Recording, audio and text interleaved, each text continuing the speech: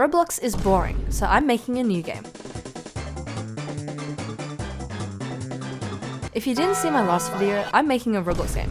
What's it about? Catching birds. Welcome to episode 2 of my devlogs. We're starting right where we left off in the last video on day 8. Alright. Day 8 is quite a loose description because day 8 was actually a few days worth of work.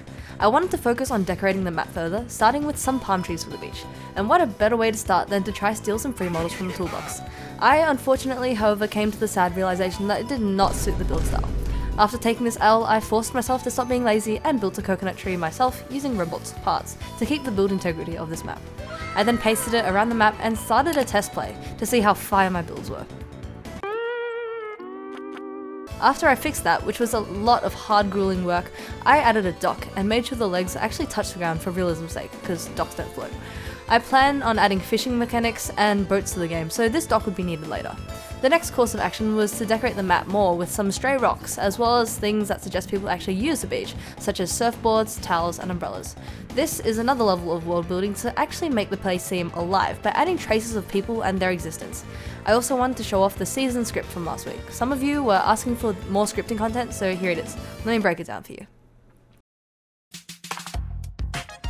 First, we define our variables, which basically tells the script what it is working with and which parts need changing. In this case, the script is changing the grass and leaf parts around the spawn island folder. You can see these parts get highlighted when you select them. The script then specifies during spring, for every part in that specified folder, there is a 1 in 2 chance it changes to either of those colours. And then we do this for every season. I hope that wasn't too boring to listen to. I then pasted more lamps to light up the place, as well as some paths to make it more clear where the player is able to explore. I also placed more trees and bushes towards the back of the island so it looked less naked. This is what the island was looking like, which is pretty nice. I also just wanted to show you guys the first rendition of the inventory UI. Now before you go down and comment how bad it looks, yes, I'm aware, and as of editing this video, it's a lot different and better. After that I played the game for a little while and then took a break after a very long day 8.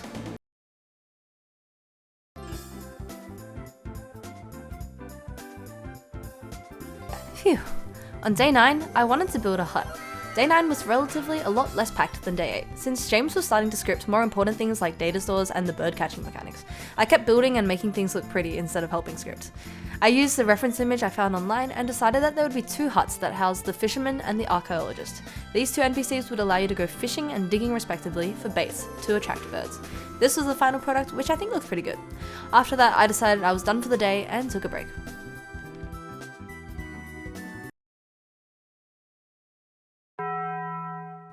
On day 10, I tried to make boats, which were an absolute failure for both me and James. So I gave up and decided to instead add a new bird to the game, which would be the seagull.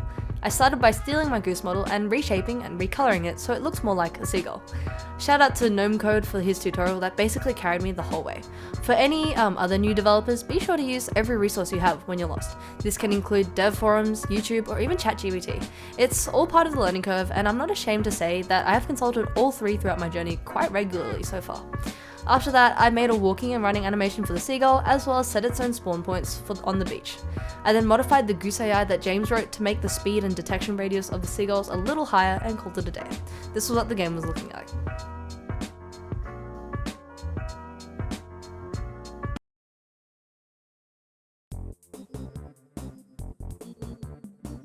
On day 11, I had the genius idea of adding baits to my game. I wanted to start off with the most common and simple bait possible. Bread. I made a blocky model of the bread and then after that welded it to a rig so that I could start animating the throwing animation. This essentially made the bread into a tool that could be equipped and held by the player, and things were sailing pretty smoothly at that point. Once I knew the tool could be equipped and held, I started working on the throwing animation. I think I've gotten a bit quicker at animating compared to the last video, and this is what the throwing animation was looking like. I liked how goofy it is because realistically, who overheads a loaf of bread? So I exported it and added it to the script. After that, I felt like doing a side quest and added the shiny mutation of the seagull to the game. Technically, I shouldn't show you guys this, but I was really proud of the design. Let me explain how the game catching mechanics actually work. Once you catch a bird, there's a very small chance that it can have a mutation, which changes the bird's model visually. There are lots of mutations and any bird can get up to 3 mutations. Birds can also come in all sorts of sizes. Most are average sized, but really big and really small ones get a lot rarer, even though they all look the same on the surface when you first catch them. Please play my game when it comes out. After that, I got back to working on the baits, but opened it to find a ton of errors. Once I fixed it, the script was working as intended. The character would play the throw animation and the bread would disappear. I did a bit more scripting so that a clone of the bread would appear, and this was what it was looking like. It didn't have any velocity yet, so it didn't fly, but that didn't stop me from having fun with this feature. After that, I added force to the bread so it would fly, but it flew just way too far. After a bit more adjusting, I think I got the perfect values for the bait, and that was the end of day 11 for me. On day 12, I decided the first island was done and started building the second island. I lost the footage of me building the base of the island, but for anyone wondering, it's just a ton of huge square and triangular stone parts stuck together.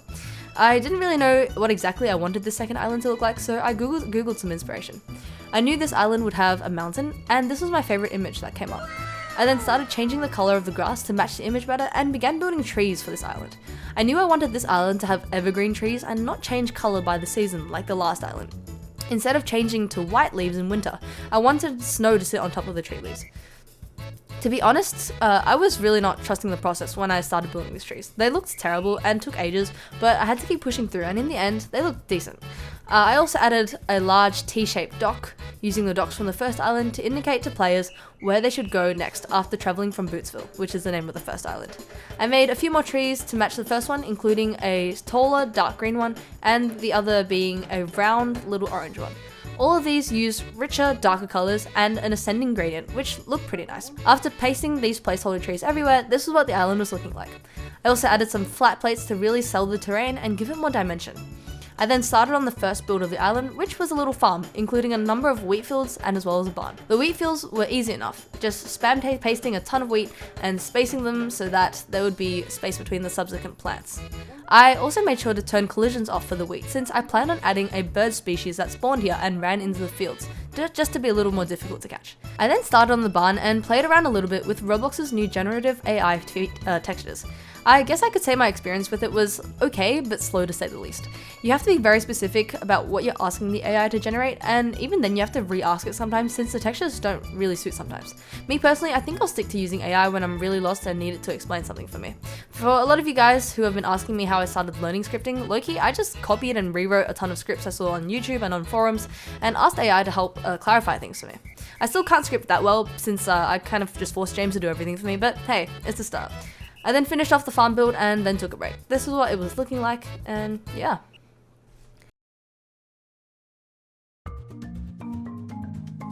On day 13, I started planning out the town a little more and began by making a centerpiece. Having something meaningful or indicative at the center of the town helps tell players where everything important is, and hints to them that they should explore this area more thoroughly. I used Google as inspiration as always, and decided on a town square with a little nature feature and a fountain in the middle. I also added a wishing feature to this well to encourage players to come back to this town frequently and make it more vibrant and lively, as well as give boosts that make the game a little easier. I then added a heap of bushes around by hand, which took years, as well as some fences and seats for players to sit around at and enjoy the scenery. This was what it was looking like, which was pretty cute. The next building I wanted to add was a bakery, and I started this off by searching for inspiration, as always.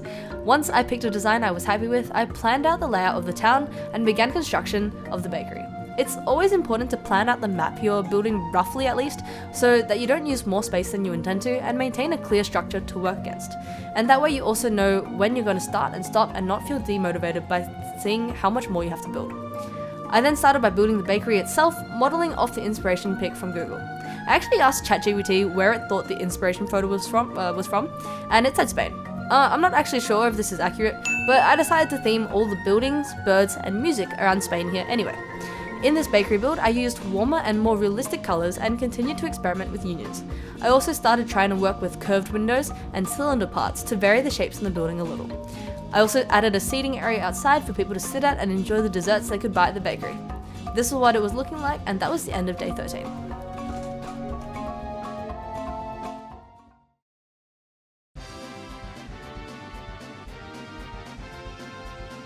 On day 14, the first course of action was to make a new bird species, the sparrow. ChatGPT said that these were common in Spain, so I got working right away. To be honest, they're common everywhere, but whatever. This was a really similar process to the seagull, including recoloring and shaping, rigging, and animating. These sparrows are quick and spawn in the forests, and this is what they look like. I've made them quite fast and hard to catch to make the game feel more rewarding and incremental as we progress. The last thing I built this week was the museum. I modelled this based off the British Museum, but instead using a white colour as opposed to cream, since it would be way too similar to the bakery. I started with the floor and then modelled some pillars, continuing with the walls and the roof.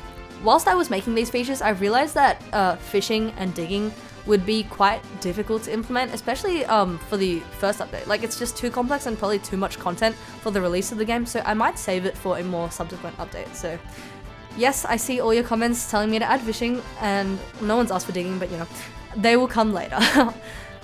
I then added a cool dinosaur skeleton display to really sell the museum vibe, as well as some painting frames to fill up the walls a little, since I'm pretty bad at interior design and I don't know what else to put there. Hey you! Do you have any artistic ability at all? Well, here's your chance to get your artwork into my Roblox game. Here's how.